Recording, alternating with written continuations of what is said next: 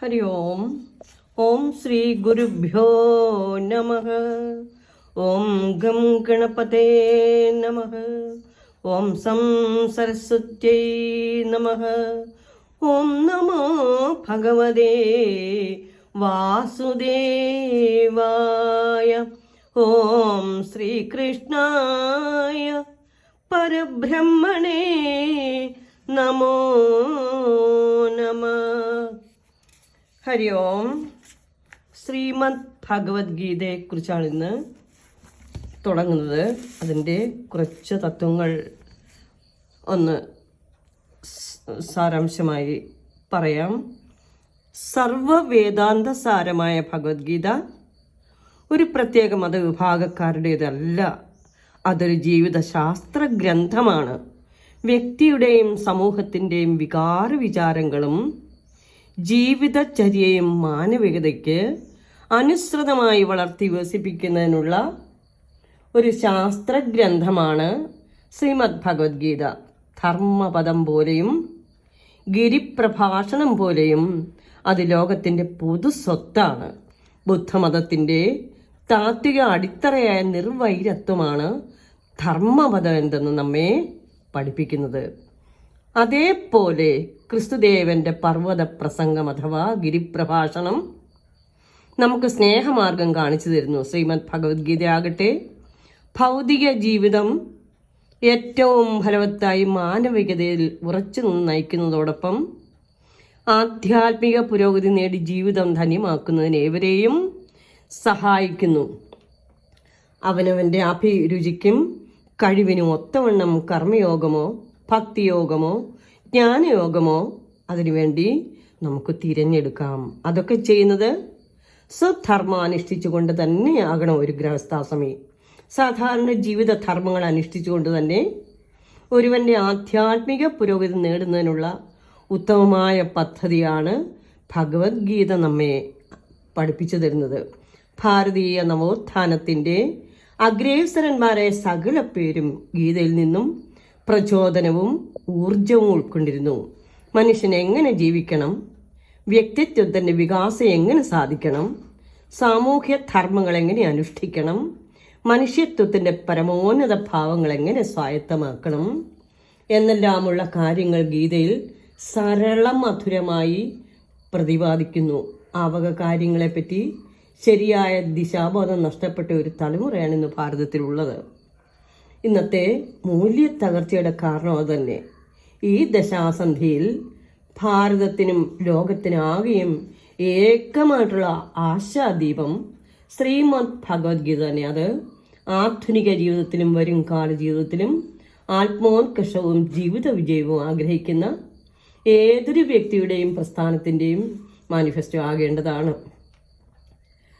ഭഗവാൻ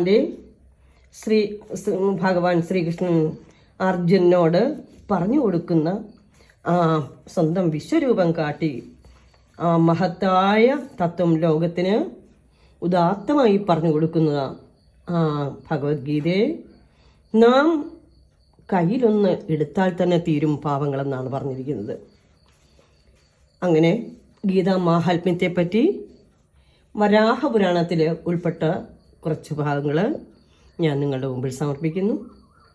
ഭൂമിദേവി ഭഗവാൻ വിഷ്ണുവിനോട് ചോദിക്കുകയാണ്, സർവേശ്വരനായ അല്ലയോ ഭഗവാനെ, ബുദ്ധിമുട്ടുകൾ അനുഭവിച്ചു കഴിയുന്ന വ്യക്തിക്ക് അജണ്ടയിൽ നിരന്തരമായ ഭക്തി വന്നു ചേരാൻ എന്താണ് പോം വഴി? അല്ലയോ പ്രഭു, അവിടുന്ന് കൽപ്പിച്ചാലും. അപ്പോൾ വിഷ്ണു ഭൂമിദേവിയോട് പറഞ്ഞു കൊടുക്കുന്നു, ബുദ്ധിമുട്ടുകൾ അനുഭവിക്കുമ്പോൾ തന്നെ എപ്പോഴും ഭഗവത്ഗീത വായിച്ച് മനസ്സിലാക്കാൻ തയ്യാറാകണം. അങ്ങനെയുള്ളയാൾ ക്രമേണ മുക്തനാവുകയും അവർ സുഖിയായി ഭവിക്കുകയും ചെയ്യുന്നു. കർമ്മങ്ങളൊന്നും തന്നെ അയാളെ ബന്ധിക്കുന്നില്ല. അതായത് ഗീതാതത്വം മനനം ചെയ്ത് കഴിയുന്ന ഒരാളിനെ മഹാപാപങ്ങൾ ഒരിടത്തും പിടികൂടുന്നില്ല. താമരയിലെ വെള്ളത്തിൽ കിടക്കുമ്പോഴും വെള്ളം അതിനെ നനയ്ക്കാത്തതുപോലെ പ്രസ്തുത വ്യക്തിയെയും പാപങ്ങളൊട്ടും തന്നെ തീണ്ടുന്നില്ല. ഗീതാ പുസ്തകവും വായനയും എവിടെ നടക്കുന്നുവോ അവിടെ മഹത്തായ പ്രയാഗം തുടങ്ങിയ എല്ലാ തീർത്ഥങ്ങളും ഉണ്ടെന്ന് എല്ലാവരും മനസ്സിലാക്കിയിരിക്കണം. ഗീതാപാരായണം നിരന്തരം പാരായണം ചെയ്യുന്ന സ്ഥലത്ത് സകല ദേവന്മാരും ഋഷിമാരും സന്നിഹിതരാണ്. ഉദാഹരണത്തിന് ഗോപാലന്മാർ, ഗോപികമാർ, നാരദർ, ഉദ്ധവർ തുടങ്ങിയ ഭഗവത് പാർഷദന്മാരെല്ലാം എന്ത് സഹായത്തിനും അവിടെ അതിവേഗത്തിൽ എത്തുന്നതാണ്. അതാണ് ഗീതാ പാരായണം ചെയ്യുന്നതിൻ്റെ ആ മഹത്തായ സവിശേഷം. ഭഗവാൻ അങ്ങനെ ഭൂമി ദേവിയോട് പറഞ്ഞു കൊടുക്കുന്നു, അല്ലയോ വൃദ്ധി, എവിടെയാണോ ഗീത പഠിപ്പിക്കുന്നത് വിചാര വിഷയമാകുന്നത് അവിടെ കൃഷ്ണ ഭഗവാനും സദാ സന്നിധാനം ചെയ്തു കൊള്ളുന്നു. അവിടെ ഭഗവാന്റെ ആ സാന്നിധ്യവും ഉണ്ടായിരിക്കുന്നതാണ്. അതായത് ഭഗവാൻ ഭൂമി പൃഥ്വിയോട് പറഞ്ഞു കൊടുക്കുന്ന ആ തത്വം നമുക്കെല്ലാം വേണ്ടി പറഞ്ഞു തരികയാണ്. അർജുനോടും ഭഗവത്ഗീത ഉപദേശിച്ചതുപോലെ നമ്മളോടും പറഞ്ഞു തരുന്നു. നീ ഗീ എന്ന് പറഞ്ഞാൽ അതെൻ്റെ ഇരിപ്പിടമാകുന്നു, അതായത് ഭഗവാന്റെ ഇരിപ്പിടമാകുന്നു ഗീത എൻ്റെ ഉത്തമമായ വാസസ്ഥാനമാകുന്നു. ഗീതയുടെ അറിവിൻ്റെ വെളിച്ചത്തിലാണ് ഞാൻ 3 ലോകങ്ങളെയും രക്ഷിച്ചു പോകുന്നത്. അങ്ങനെയാണ് ഭഗവാൻ പൃഥ്വിയോട് പറഞ്ഞു കൊടുക്കുന്നത്, ഭൂമി ദേവിയോട് പറഞ്ഞു കൊടുക്കുന്നത്. എന്നെ പൂർണ്ണമായി കാട്ടിത്തരുന്ന സാക്ഷാൽ ബ്രഹ്മവിദ്യയാണ് ഗീത. അതിലൊരു സംശയവുമില്ല. അരക്ഷണം കൊണ്ട് നേടാവുന്നതും അങ്ങനെ നേടിയാൽ ഒരിക്കലും നഷ്ടപ്പെടാത്തതും കൂടുകയോ കുറയുകയോ ചെയ്യാത്തതുമാണ് ഗീത. നിർവചിക്കാൻ കഴിയാത്ത സ്വരൂപസ്ഥിതി നേടിത്തരുന്നതും ആ ഭഗവത്ഗീത തന്നെ. ബോധാനന്ദ സ്വരൂപിയായ സാക്ഷാൽ ശ്രീകൃഷ്ണ ഭഗവാൻ അർജുനു നേരിട്ട് ഉപദേശിച്ചത് അതാണ് ഗീത. വേദങ്ങളുടെ മുഴുവൻ സാരാംശവും പരമമായ ആനന്ദത്തെ പ്രദാനം ചെയ്യുന്നതാണ്, വസ്തുരൂപം തെളിയിച്ചു കാട്ടുന്നതുമാണ്.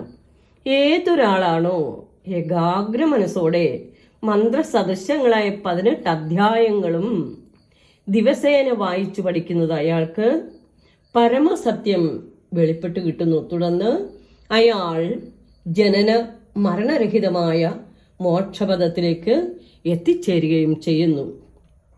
ദിവസേന 18 അധ്യായം വായിക്കുവാൻ കഴിയാത്തവർ 9 അധ്യായം വായിച്ചാൽ കൂടി അവർക്ക് ഒരു പശുവിനെ ദാനം ചെയ്ത പുണ്യം ഫലവും ലഭിക്കും. അവരും ശുദ്ധീകരിക്കപ്പെട്ടു ക്രമേണ സത്യത്തോടടുക്കുമെന്ന് നാം മനസ്സിലാക്കണം.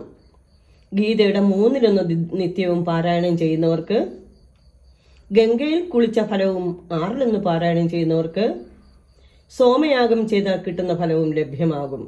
1 അധ്യായം വീതം നിത്യവും ഗീതാ മാഹാത്മ്യം പാരായണം ചെയ്യുന്നവർ ശിവലോകത്തെത്തി ശിവപാർഷദനായി ചിരകാലം കഴിഞ്ഞു കൂടുവാനുള്ള ഭാഗ്യം അവർക്ക് സിദ്ധിക്കുന്നു. മനുഷ്യൻ ഗീതയിലെ 1 അധ്യായമോ അതുമല്ല 1 വരി എങ്കിലുമോ ദിവസേന വായിച്ചാൽ, അല്ലയോ വസുന്ധരെ പൃഥ്വി, അയാൾക്കും മനുഷ്യനായി തന്നെ തുടരാൻ കഴിയും. ഒരിക്കലും മനുഷ്യ ജന്മത്തിൽ നിന്നും പതിച്ച് കീപ്പോട്ട് പോകുന്നില്ല. അവർ ഈ ജന്മസംസാര ചക്രത്തിൽ നിന്നും രക്ഷപ്പെടുവാനുള്ള ഒരു തോണിയാണിത്. അനേക വർഷം ചന്ദ്രലോകത്തിലെത്തി സുഖിക്കാൻ ഇടയാകണമെങ്കിൽ അയാൾ ഗീതയിലെ 10, 7, 5, 4, 3, 2, 1 ഒരു ശ്ലോകത്തിൻ്റെ പകുതിയെങ്കിലും നിത്യവും പാരായണം ചെയ്താൽ മതിയാവും. ഗീത ചൊല്ലിക്കൊണ്ടിരിക്കുന്നയാൾക്ക് മനുഷ്യജന്മം ഒരിക്കലും നഷ്ടപ്പെടുകയില്ല. കാരണം നമുക്കൊരുപാട് ജന്മങ്ങളുണ്ട്. എത്ര ജന്മങ്ങൾ കഴിഞ്ഞിട്ടാണ് നമുക്ക് ഈ ഒരു മനുഷ്യജന്മം ലഭിച്ചിരിക്കുന്നത്. ആ മനുഷ്യജന്മം ഒരിക്കലും അവർ വായിക്കുന്നവർക്ക് നഷ്ടപ്പെടുന്ന. ചുരുക്കത്തിൽ ഗീതയുമായുള്ള ചെറിയ ബന്ധങ്ങൾ പോലും മനുഷ്യനെ എല്ലാ പതനങ്ങളിൽ നിന്നും രക്ഷിക്കുമെന്നറിയണം. ഗീത വീണ്ടും വായിക്കുന്നവർക്ക് ഉത്തമമായ ഭക്തി ലഭ്യമാണ്. ഭക്തി എങ്ങനെയാണ് കിട്ടുന്നതെന്ന് ചോദിച്ചാൽ ഭഗവാന്റെ ഭഗവത്ഗീത നിത്യവും പാരായണം ചെയ്യുക. അതിൽ നിന്നും നമുക്ക് ഭക്തി തനിയെ ലഭ്യമാകും. ഗീത എന്നുച്ചരിച്ചുകൊണ്ട് മരിച്ചാൽ പോലും ഗതി കിട്ടും. ഗീതയുടെ മാഹാത്മ്യം അത്രയ്ക്കും അവർണ്ണനീയമാണെന്ന് നാം മനസ്സിലാക്കണം. ഒരുവന് ഗീതാ മാഹാത്മ്യം കേൾക്കാൻ അഭിരുചി ഉണ്ടായാൽ അവൻ എത്ര മഹാപാപിയാണെങ്കിൽ പോലും മരണാനന്തരം വൈകുണ്ഠ ലോകത്തിലെത്തി വിഷ്ണു ഭഗവാനുമൊത്ത് സുഖിക്കാൻ ഇടയാകുന്നു. ഒരുവൻ കർമ്മങ്ങളെല്ലാം ഗീതാ താല്പര്യം അനുസന്ധാനം ചെയ്തുകൊണ്ട് ആചരിക്കുകയാണെങ്കിൽ അയാൾ ജീവൻ മുക്തനാണെന്ന് അറിയേണ്ടതാണ്. അങ്ങനെയുള്ളവർ മരണാനന്തരം ബ്രഹ്മസായുജ്യം പ്രാപിക്കാൻ കാരണമാകുന്നു. ജനക മഹാരാജാവ് തുടങ്ങിയ അനേകം രാജാക്കന്മാർ ഗീതാ തത്വം അനുസരിച്ച് കർമ്മം ചെയ്ത് വാസനാവിമുക്തരായി ബ്രഹ്മൈക്യം പ്രാപിച്ചതായി കീർത്തിക്കപ്പെട്ടിരിക്കുന്നു. ഗീത വായിക്കുമ്പോൾ ഗീതാ മാഹാത്മ്യം കൂടെ നിശ്ചയമായി വായിക്കേണ്ടതാണ്. അല്ലെങ്കിൽ ഗീതാ പാഠം വെറും ഒരു വ്യർത്ഥമായി തീരും, സമമായി അവശേഷിക്കുക. ഇതുകൊണ്ട് ഇവിടെ ഗീതാ മാഹാത്മ്യങ്ങളുടെ പ്രശസ്തി വെളിപ്പെടുത്തുന്നു. ഗീതാപാഠം തുടരുന്ന ആദ്യം ആരും ഈ മാഹാത്മ്യം പാഠത്തോടൊപ്പം ഗീതാ പാഠഫലം നേടുന്നു. ദുർലഭമായ മോക്ഷം അയാൾക്ക് സിദ്ധിക്കുന്നു. അതുപോലെ തന്നെ ഭഗവാന്റെ ധ്യാന ശ്ലോകം കൂടി ആദ്യം ചൊല്ലി ഈ ഗീതാ മാഹാത്മ്യം കൂടി ചൊല്ലണം. ഒരു ദിവസം ഒരു മനുഷ്യജന്മം ലഭിച്ച ആൾ എന്നാൽ പറയപ്പെട്ട ഈ ഗീതാ മാഹാത്മ്യം അത് സനാതനമാണ്. ഗീത വായനയ്ക്ക് ശേഷം ഇതും കൂടി ആര് വായിക്കുമോ ആ വ്യക്തിക്ക് മേൽപ്പറയപ്പെട്ട എല്ലാ ഫലങ്ങളും തീർച്ചയായി വന്നു ചേരുന്നതാണെന്ന് അറിയുക. ഇതെല്ലാം ഭഗവാൻ നമുക്ക് വേണ്ടി തന്നിരിക്കുന്ന അമൃതാണ്. ദേവന്മാർ പോലും ഇത് ആവശ്യപ്പെട്ടപ്പോൾ അത് കൊടുത്തില്ല. എന്തുകൊണ്ടെന്നാൽ ദേവന്മാരെപ്പോഴും സുഖലോലുപതരാണ്. അതുകൊണ്ടാണ് അവർക്ക് ഈ ഭഗവത്ഗീതയോ ഭാഗവതമോ ഒന്നും തന്നെ ദേവന്മാർക്ക് കൊടുക്കയില്ല എന്നുള്ളൊരു വാശി ശിവബ്രഹ്മർഷി വെച്ചത്. കാരണം എന്തെന്നാൽ കലി ബാധിച്ച ഈ കലിയുഗത്തിൽ ജീവിക്കുന്ന മനുഷ്യർക്ക് മുക്തി നേടാനുള്ള ഒരേ ഒരു മാർഗം ഭഗവത്ഗീതയും ഭാഗവതവും നമ്മുടെ പുരാണ ഇതിഹാസങ്ങളുമാണ്. അപ്പം ആ ഇതിഹാസങ്ങളെ പാരായണം ചെയ്ത് എല്ലാവരും മുന്നോട്ട് ഭക്തിയോടുകൂടി നമ്മുടെ ജീവിതത്തെ സഫലീകരിക്കണമെങ്കിൽ ആ ഭഗവാന്റെ ഒരനുഗ്രഹം വേണം. ഈ കലികാലത്തിൽ ഒരു പുല്ലായി ജനിച്ചാൽ പോലും നമുക്ക് മോക്ഷം കിട്ടുമെന്ന് പറഞ്ഞിരിക്കുന്നു. അത് പുല്ലാടി ജനിച്ചവർക്ക് എല്ലാവർക്കും മോക്ഷം കിട്ടണമെന്നില്ല. പക്ഷേ എവിടെയോ ഭഗവാന്റെ ഭാഗവതമാകുന്ന അമൃത്, ഭഗവത്ഗീത, സഹസ്രനാമങ്ങൾ, ദേവി മാഹാത്മ്യം, ദേവി നാരായണീയം, ഭഗവാന്റെ നാരായണീയം ഇതെല്ലാം പാരായണം ചെയ്ത് ആ അന്തരീക്ഷം അവിടെ എല്ലാം ശുദ്ധമാവുകയാണ്. അങ്ങനെയുള്ള സ്ഥലങ്ങളിൽ കലി ഒരിക്കലും ബാധിക്കില്ല. നമ്മുടേതായിട്ട് ഈ ലോകത്തിൽ ഒന്നും തന്നെ ഇല്ല. എല്ലാം ഭഗവാന്റെ വിഭൂതി മാത്രമാണ് നാം ഉൾപ്പെടുന്ന ഈ ലോകം. അവിടുത്തെ ആണ് സർവ്വതും.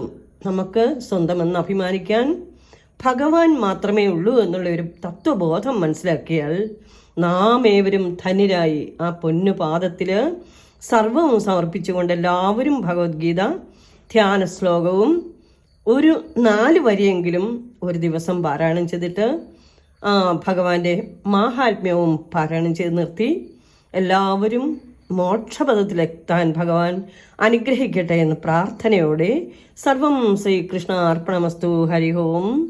ഓം ശ്രീ ഗുരുഭ്യോ നമഃ. ഹരി ഓം തത്സത്.